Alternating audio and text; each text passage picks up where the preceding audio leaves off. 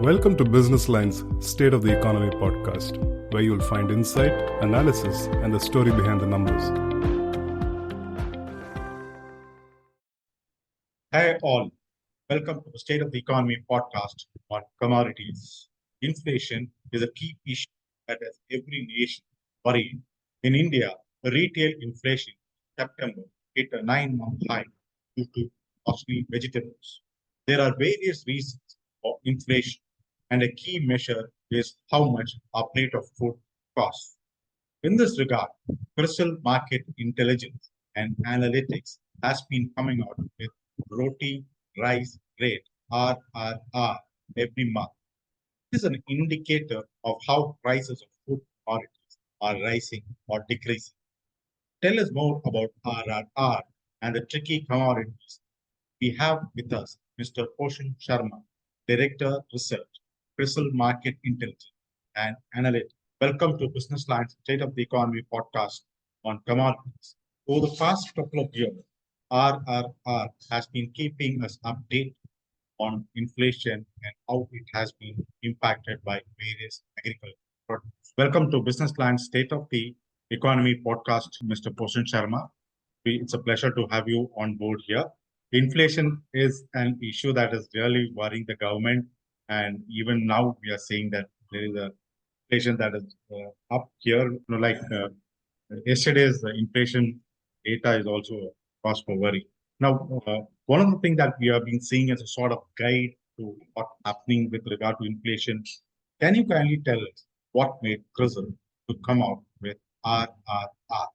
So thank you so much for having me on your podcast. To your question on how we came up with RRR index. Now, what we saw is that there was no way to track expenditures that were incurred by the common person in India on something as essential as food. And food comprises about 50% of consumer price inflation, right? And the common person would keep hearing matrices related to percentage increase or decrease happening on food inflation, but that was slightly unrelatable. So what we thought is that we should come up with an index rather, which is relatable to the common person, and where they're able to see the commodities that they consume being a part of that, and which is why we came up with the RRR index. And we decided to not just have the percentage change, but the absolute price of a home cooked meal. So just to elaborate, this RRR index actually captures the cost of preparing the meal at home, both vegetarian food plate as well as a non-vegetarian food plate. And when we were developing this, what we wanted to do is that make sure that it is applicable, firstly, to a common person. So the meal choices that we've made are fairly basic in nature. So the vegetarian thali comprises of the sabzi, which is comprising of tomato, onion, and potato. There is no added element of say paneer or things like that. Another reason for doing that is that we wanted to keep it applicable to the entire country. So the sabzi is very basic. And another aspect is that we kept both roti and rice so that it's relevant for the north, south, east, and western parts of the country. And we believe that this can help not just the common person, but even policymakers track and understand what's really happening to the commodity prices and thereby food inflation, and which are the commodities which are actually causing an increase or decrease in the overall food inflation. So that was a broader objective of coming up with RRR. You were saying that even the government authorities are tracking it. Have you had any feedback from the government with regard to your Roti Rice Rate? We're routinely engaged with various regulators in terms of providing them our feedback on how we are looking at inflation, and so not specific to RRR, but at an overall level, how we are viewing inflation, how we're viewing the overall inflation, core inflation, as well as food inflation. Those discussions keep happening with the regulators. Which are the commodities that are causing inflation? Like, for example, last year and this year, we find tomato is a cause for concern.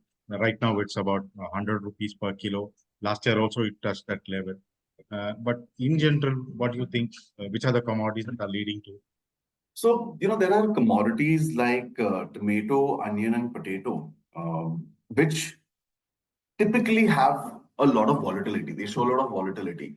And then there are other staples like rice, wheat, pulses that have a meaningful contribution to the overall thali cost. The volatility may not be as high as tomato, onion, potato. Uh, if we talk about the commodities that are causing inflation, the TOP, that is tomato, onion, potato, depending on which months we're talking about, they definitely are key contributors to inflation. And this year, we've also seen that pulses have been, showing an inflationary trend, and that's because of the lower production of the category. Do you find that do you find inflation going up in a particular month? Like, for example, if you see that July to September could be one of the periods where agriculture arrival of agriculture produce could be a bit low because that is when the sowing for kharif crop. Is there any specific period when we see that, like last year and this year, we have been seeing tomatoes during this phase going up? So, is there any particular phase when prices go up or to watch out? So that's a very interesting question and very pertinent when we speak about agriculture in India. So in India, we have two seasons where harvesting largely takes place. The monsoon season, which is the Kharif season, where the harvesting is happening as we speak. And then after this, we have the winter season, that is the Rabi season, which depends on the reservoir levels that have been sort of created through the monsoon season.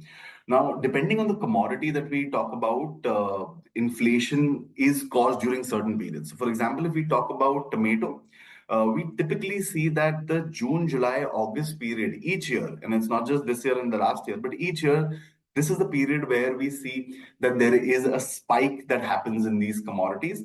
The commodity is quite sensitive to temperature as well as monsoon, and any severe fluctuation during March and April, when the transplantation of this crop is taking place, if the temperatures are high, it has a bearing on the yield for this commodity. And again, in July period, if there is, or June and July period, if there is excessive monsoon, again, that has a bearing on this commodity. And that's the reason why we've been seeing sharp increase in the tomato commodity. Going to onion, here the dynamics are interesting. The Rabi season, which is upcoming, that constitutes about 60 to 65% of onion production. That comes into the market around February, March, April. And this Rabi onion gets stored. It has a longer shelf life and it gets stored for about 5 to 6 months. And this stock depletes by end of September, early October. And that's when actually the Kharif supply comes into the market, which contributes about 15 to 20% of the overall onion production. Now, any year when the Rabi stock, either if it is low in production or because of excessive rainfall, the stored onion gets damaged, the stock depletes slightly before the end of September. And before the new arrival comes into the market for the Kharif onion, if that happens, then we see a sharp increase in the onion crop during the period of late September, early October. So, tomato, June, July, August is the period where it sees spikes. Onion sees spikes during September and October period, and which is what we are also seeing this year. This year, what has also happened is that the Rabi onion production is estimated to be lower by about 15 to 20%. So the Rabi that was harvested in March, April, because farmers went for lower sowing of onion this year, because the price cues were not very good for the farmers. Last year in 2023, there were trade restrictions put in place, and the farmers were dissuaded from sowing the onion crop. So they actually went away from onion, which has led to a 15 to 20% lower Rabi production, which I mentioned accounts for two-thirds of India's annual onion production. So that is another reason why we are seeing a spike in the onion commodity. So yes, the seasons do play a role. There are specific months where we see a sharp increase or decrease in these commodities in terms of their price. How are the government policies helping to contain inflation? So the government is, taking steps on two sides. One is the short-term interventions, which is basically in case of say wheat, putting stock limits. In case of onion, there were export restrictions that were put in place last year. These are like short-term measures. Another short-term measure that the government takes is procurement of some of these commodities. Like for example, right now the onion stock is estimated to be, the buffer stock with the government is estimated to be about 0.5 million, right? And then when the prices surge, the government brings these stocks into the market at a slightly lower rate than what the retail market is at. So in these ways and manners, the government intervenes into the market from a short-term basis. On the long-term basis, the government is looking at more infrastructure specific interventions like creating processing facilities, storage facilities, so that the commodities do not show a significant spike in prices. Now, if we talk about some of the short-term interventions and how successful they have been, if you look at the current stock for onion, like I mentioned, it's close to about 0.5 million metric ton. Compare that to the total annual production of onion in the country, that's 31 million metric ton. So the stock is less than 2% of the overall annual production. So the ability of the government to intervene and really arrest prices for a meaningful period of time, and when I say meaningful, that would be about 6 to 8 weeks, that is quite limited. Because the government does not have as much stock for onion.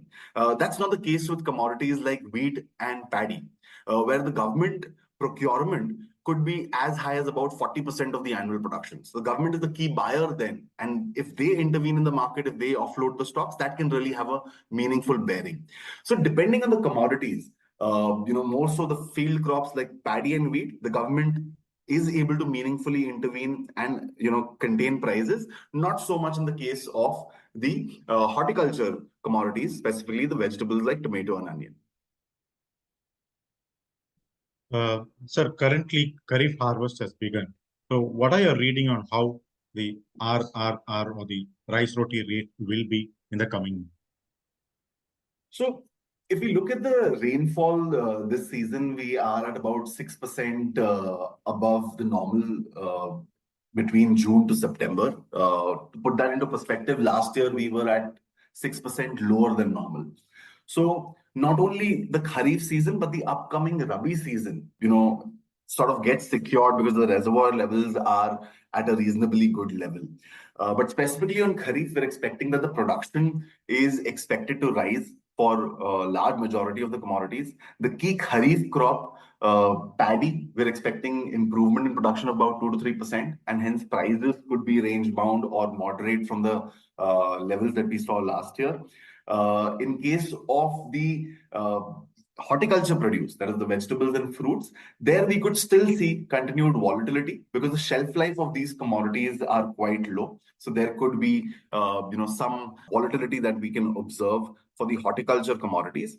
But specifically talking about RRR and how we are expecting this index to move in the coming months, what we see is that there is an elevated base sometime that we will get for over the next maybe couple of months, right? So the index is going to be still fine. We're not going to see a major uptick, but from January onwards, January to May, there is going to be a low base that will play out, and we could see the numbers being printed on the index being slightly higher on a YOY level. So for the next couple of months, we're still, I would say, better off, but then the low base may play out from January onwards and between January to May. So thank you very much for your very insightful views. Really gives us a window of what to expect as regards inflation and commodity prices. Thank you very much. My pleasure. Thank you for having me. Thank you all for tuning in. Until we meet in our next episode, bye all.